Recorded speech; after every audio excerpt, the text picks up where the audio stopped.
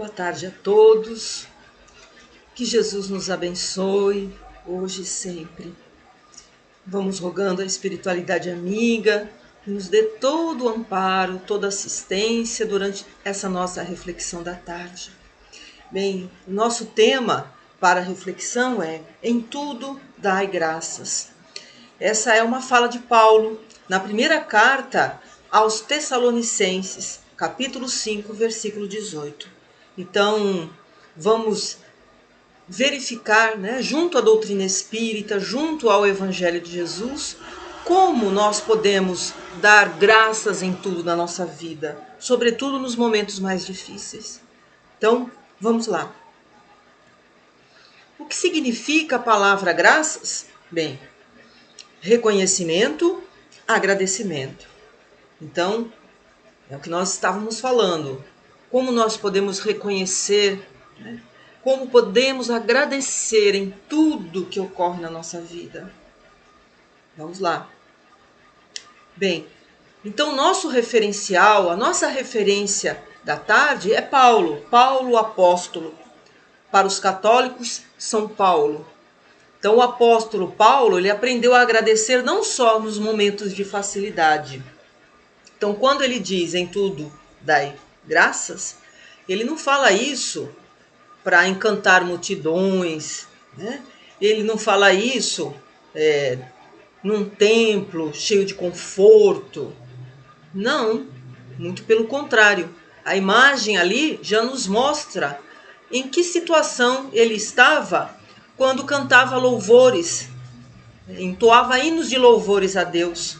Ali a imagem a gente vê as notinhas musicais e ele estando ali cantando hinos de louvores. Então, o que acontece? Paulo, ele tinha tudo antes de se converter ao cristianismo. Quando Jesus o chama para ele ser um cristão, para modificar a sua vida, ele abre mão de fortuna, de beleza, de poder, tudo que um homem do mundo almeja, ele abriu mão. Então ele passou a viver de uma forma simples, sem nada materialmente falando.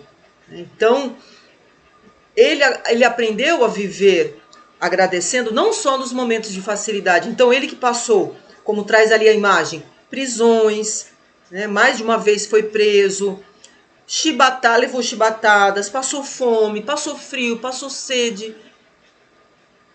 E sempre agradecia. Ali na prisão, se alguém se interessar, é uma ocorrência muito interessante e que está lá no Atos dos Apóstolos, capítulo 16, versículo 25.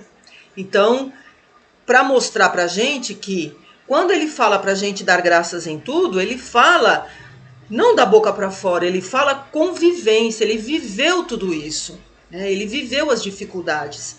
Então, a nos mostrar que nós podemos, sim, nos momentos de dificuldade, porque a nossa vida de encarnado é altos e baixos, essa impermanência faz parte da nossa vida de encarnado. Então é muito importante que a gente possa refletir sobre isso, que isso vai nos ajudar aqui nos momentos de baixa, nos momentos de dificuldade, que a gente possa compreender como a gente pode dar graças. Vamos lá. Bem, mas esse não é o versículo inteiro. A continuação dele, a continuação do versículo 18, é porque essa é a vontade de Deus a vosso respeito. O que isso quer dizer? Que nós não estamos ao léu, nós não estamos sem um comando, sem um governo, sem uma direção, Nós estamos sendo cuidados por Deus, nós estamos sendo olhados por Deus. Então, tudo que acontece na nossa vida, existe um propósito. E esse propósito é um propósito amoroso. Porque se Deus é todo justiça, é todo sabedoria, ele é todo amor. Então, o propósito de Deus a nosso respeito é sempre de nos ensinar. Nos momentos de dor, nos momentos de dificuldade, é o momento de despertarmos, sabermos o que Deus quer nos ensinar, porque a pedagogia divina é educar, ensinar, né? E por vezes o ensinamento vem através da dor, da dificuldade. Então o que é importante a gente perceber é que nós estamos sob os cuidados de Deus, todos nós, percebe? Será que é possível mesmo dar graças em tudo? Aqui nós temos a imagem a nos mostrar que à luz do Espiritismo nós podemos sim dar graças em tudo. Vocês querem um exemplo? Nós ouvimos a fala do orador espírita, psicólogo, Rossandro Klinger. Ele ficou muito popular, né, naquele programa da Fátima Bernardes. E ele nos fala que ele esteve junto a um grupo de jovens católicos em Campina Grande. Ele foi falar a esse grupo, né? E nessa reunião, uma pessoa, um homem, deu um depoimento. Então ele disse que ele era órfão e a esposa e as 2 filhas dele desencarnaram num acidente.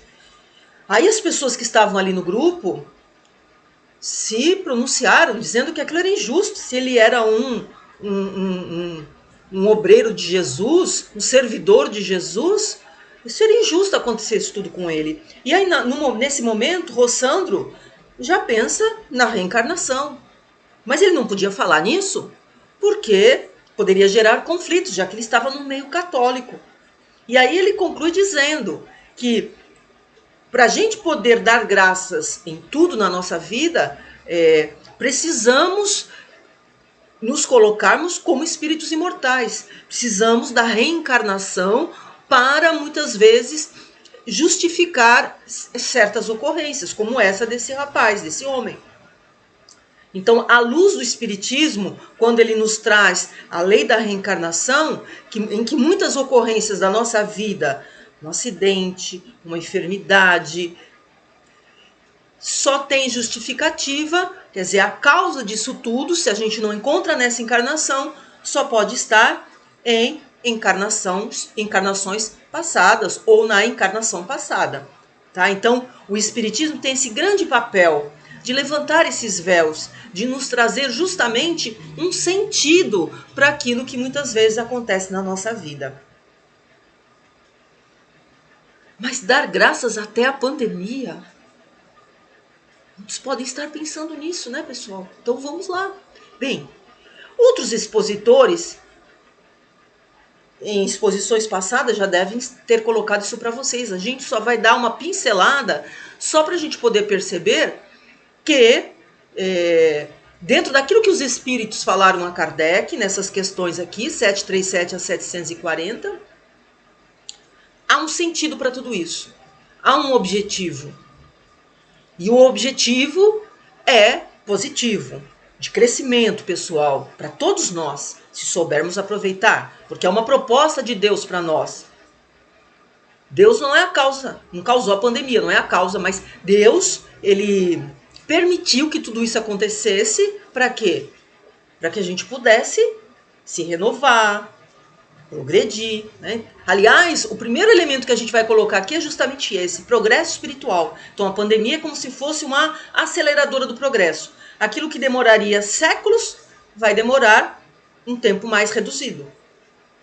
Tá? Então é uma aceleradora. É positivo? Muito. Inteligência. Quantos cientistas, quantos estudiosos estão ali se debruçando, né, tentando descobrir uma vacina, um medicamento para aliviar ou mesmo para curar essas infecções virais, não é? Então, a gente vê que isso também está sendo muito trabalhado. Paciência. Quem de nós não está exercitando a paciência? De uma maneira ou de outra, todos nós estamos sendo forçados a desenvolver a paciência, exercitar a paciência, principalmente dentro de casa, né? Junto aos familiares. Resignação. O que a doutrina explica para nós na resignação? A resignação ativa. Nós não tem por onde correr. Precisamos nos curvar diante de Deus, que não tem para onde correr. O mundo todo está passando por isso. Mas ao mesmo tempo nós precisamos o quê? Enfrentar, lutar, né? Para que nos mantenhamos equilibrados. Né? Então é a resignação ativa. abnegação. Nós tivemos oportunidade de falar isso em outros momentos aqui, e falamos sobre a abnegação, que na verdade é o sacrifício que a gente faz em favor do nosso próximo. Estamos ou não estamos fazendo isso também? Nos sacrificando em favor do nosso próximo? Né? Muito. Desinteresse. Esse é o momento em que nós contemos os nossos interesses para olhar os interesses daquele que passa mais dificuldades do que nós. Então é o momento da gente também se despojar, trabalhar o despojamento. Amor ao próximo, momento único para nós, onde a gente tem a oportunidade de abrir o coração e ajudar, e assistir, e amparar aqueles que precisam mais do que nós. Se nós somos necessitados, de alguma forma somos, mas existem aqueles que passam muito mais dificuldades do que nós. Então isso tudo é só para a gente ter uma amostra, né, que está lá no Livro dos Espíritos, uma obra básica da doutrina, que os espíritos já colocaram isso, né, como um flagelo destruidor, não é? Vocês já devem ter ouvido de outros expositores, e que esse flagelo destruidor, que é a pandemia, está nos trazendo ganhos, né? Ganhos. Veja, a gente não está aqui desconsiderando as perdas no âmbito material, né? Há perdas de emprego, há perdas de saúde, em outros âmbitos a gente não está desconsiderando, há perdas. O que a gente está colocando aqui são os ganhos no âmbito espiritual, percebe? Então há aquisições espirituais, aquisições morais que a gente pode vir a conseguir através dessa pandemia, tá bom? E uma coisa que está nos chamando muito a atenção nesses últimos tempos é isso aqui, olha só. As pessoas estão percebendo melhor o que é essencial e o que é supérfluo. E nós vimos isso aqui numa reportagem do jornal A Tribuna do dia 27 de junho, onde na reportagem dizia assim que na China, onde eles já estão vivenciando o pós-pandemia, aquilo que era, né, isso que acontecia na pandemia está se tornando permanente no pós-pandemia. Quer dizer, esses hábitos, comportamentos, hábitos que a gente vai renovando durante a pandemia, a gente tem grandes possibilidades de levar para o pós-pandemia. Então as pessoas lá na China estão tendo mais cuidado na hora de consumir. O consumo está continuando a ser mais reduzido, porque as pessoas pensam mais antes de comprar, né, o supérfluo. Elas verificam se aquilo realmente é necessário para elas. Então não compra por impulso. E isso a gente vai verificar que no Evangelho segundo o Espiritismo, a outra obra básica, Kardec já falava isso. Quem for lá no capítulo 25, item 7, Kardec fala justamente isso, que a providência divina conhece as nossas necessidades, mas o homem, sempre insatisfeito nos seus desejos, ele não se contenta com o que tem, ele já vai buscar o supérfluo. Então, nesse caso, a providência divina deixa-o a própria sorte, ele acaba sendo infeliz pela sua própria culpa. Então, o que está acontecendo hoje no Evangelho já está lá mostrando para nós a necessidade de nós nos contentarmos mais com aquilo que a gente tem, não buscarmos o supérfluo. Então isso é importante. Tem até um caso interessante, até engraçado, com o Chico Xavier, que teve um caso assim que ele estava com os amigos e eles estavam estudando a oração do Pai Nosso.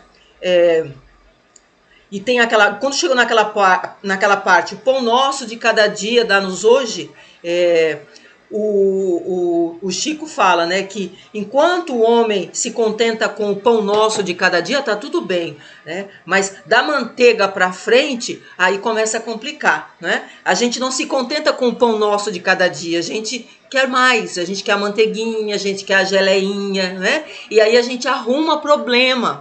Problema que não precisava acontecer, não precisava existir, mas a gente arruma aflições, né? Então, a importância da gente poder se contentar com o que tem.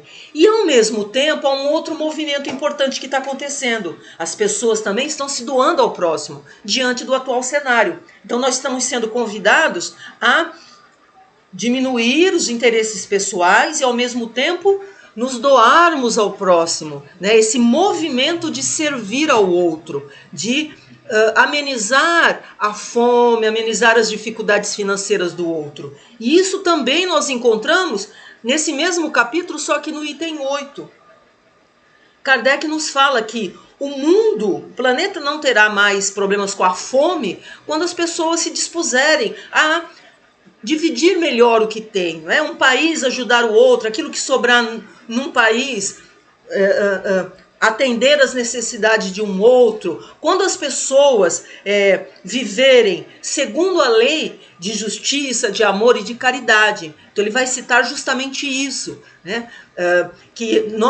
Por isso que nós não devemos acumular tesouros na terra, porque tudo é passageiro, e sim tesouros no céu, porque são eternos, que a gente não deve valorizar mais os bens materiais do que os bens espirituais. Então, precisamos, nesse momento nós estamos tendo a oportunidade de justamente melhorarmos os bens do céu, quer dizer, melhorarmos esses valores morais, contendo as nossas...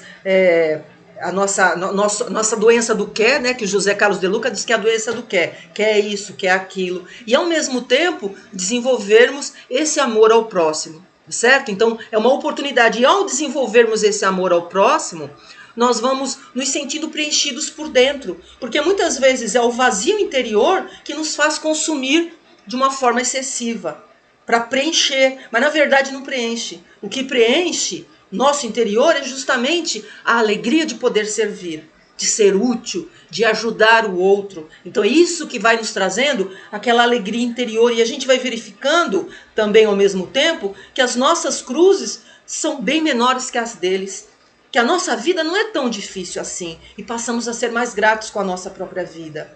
E assim conseguirmos sermos mais felizes. Isso nos traz felicidade, mas não é a felicidade do mundo, né? Através da aquisição material. Não, é aquela felicidade íntima, duradoura, que independe do que está acontecendo fora de nós. Eu posso estar passando por dificuldades, mas interiormente eu estou de bem comigo mesmo, eu estou satisfeita, com bem-estar, com essa alegria íntima. Isso é importante, né? É o resultado da gratidão, é a alegria de viver. Então, veja só, vamos resumir isso aqui, esse caminho para a felicidade íntima, menos consumo, quer dizer, a vida simples, uma vida mais simples, eu encontro espaço para ajudar o próximo, ao mesmo tempo eu vou me aproximando de Deus, eu vou criando uma conexão com Deus, que me traz bem-estar, lógico, e aí a gente vai verificando que as nossas cruzes são menores, tá? E aí eu vou ter um olhar de gratidão para a minha própria vida, porque eu vou vendo que a minha dificuldade é tão pequena frente a tantas dificuldades maiores, e ao final disso a gente vai encontrar essa felicidade. Felicidade que não se compra no mundo. É a felicidade que nós construímos, porque é um trabalho nosso. A espiritualidade sempre nos ajuda nesses momentos. Quando a gente se dispõe a mudar, a melhorar, a se renovar nesse comportamento, né, nessa postura diante da vida, que agora a pandemia está nos colocando assim mais à frente disso, mas é um trabalho nosso. A espiritualidade vai nos intuir, vai nos ajudar, mas o trabalho é nosso, tá? Então a gratidão, ela vai estar sempre acompanhada da felicidade, porque veja, a ingratidão é filha do egoísmo. O ingrato nunca vai poder ser feliz. Aquele que pensa só em si mesmo, que não reconhece o que os outros fazem por ele. Ao contrário da gratidão, que é filha do amor. E aí, através da gratidão, nós vamos sempre alcançar a felicidade. Bem, então nós precisamos rogar a Deus luz para a nossa visão espiritual. Então, diante de um obstáculo, diante de uma dificuldade que a gente passa, de uma prova, que todos nós passamos, tá difícil, né? Às vezes fica difícil, e aí a gente precisa o quê? Recorrer à oração, pedir a Deus luz para a nossa visão espiritual, que a gente possa enxergar o que Deus quer nos ensinar com aquela ocorrência. Porque tudo vem a nosso favor. O que Deus coloca para nós na vida da gente é para nos ajudar. Mas nós, a nossa visão espiritual é muitas vezes muito pequena, muito reduzida. E nós não conseguimos alcançar aquilo que nós precisamos aprender com aquilo, com essa ocorrência difícil. Então, Emmanuel fala no livro Pão Nosso, eu convido vocês também a poderem ler, lá no capítulo 100, ele vai falar, muitas vezes o que nós enxergamos como obstáculo, na verdade, é um favor divino. Né? Então, o que nós precisamos é rogar a Deus para que melhore essa nossa visão, para que a gente possa enxergar o que a gente precisa aprender com isso. E a gente vai encerrando com essa ilustração do livro Nosso Lar. Né? Normalmente a gente traz porque ali é um celeiro de ensinamentos para a nossa vida. Embora muita coisa aconteça no mundo espiritual, mas ali a gente encontra lições para a nossa vida aqui de encarnado. E no último capítulo, no capítulo 50, André Luiz faz um balanço. Né? Um balanço de reconhecimento às pessoas que estiveram junto a ele durante todo aquele período. Ele está encerrando aquele período onde ele conta para nós, nesses 50 capítulos de Nosso Lar. Então ele faz um balanço, reconhecendo as pessoas que estiveram ao lado dele. Por isso que ele fala como é grande a providência divina. Porque a providência divina, segundo ele, vai colocando pessoas, situações, para que tudo aconteça a favor da pessoa. Então vamos supor, para ele o que foi importante? Aqueles acontecimentos, aquelas pessoas que estiveram ao lado dele permitiram que ele pudesse se renovar mentalmente. Então ele vai citando as pessoas. Aquele que foi como um pai, aquele que foi como uma mãe, aquele que foi como um irmão. Eu falando do Lísias, da Dona Laura, do Tobias, do Clarencio. Pessoas que contribuíram para que ele pudesse se renovar mentalmente. Por isso que ele fala como é grande a providência divina, com que amor, ele fala com que amor Deus cuida de toda a criação. E ao final, é interessante, porque ao final Clarencio está ali colocando ele como um cidadão de Nosso Lar, até então ele era um pupilo, agora ele era um cidadão, né? Ele estava sendo promovido, vamos dizer assim. E aí o André fica muito emocionado, e ao final, quais são as duas últimas palavras do livro? Olha só, gratidão e alegria. Ele chorava de gratidão e de alegria, né? Como a nos dizer o quê? Que a gratidão, ela só vai poder estar junto da alegria, da felicidade, do contentamento. Então ele reconheceu tudo aquilo que aconteceu, reconheceu a providência divina que nos ajuda, que nos traz o necessário, e ao mesmo tempo as pessoas que Deus colocou ao lado dele. Então isso é importante, isso só pode nos trazer felicidade, alegria e contentamento. Então é isso, meus irmãos, que nós possamos aproveitar esses momentos. E deixamos aqui para vocês a mensagem de Emmanuel, que está nesse livro que nós citamos, Pão Nosso, capítulo 100. Rendamos graças, pois, por todas as experiências do caminho evolutivo, na santificante procura da vontade divina em Jesus Cristo, nosso Senhor.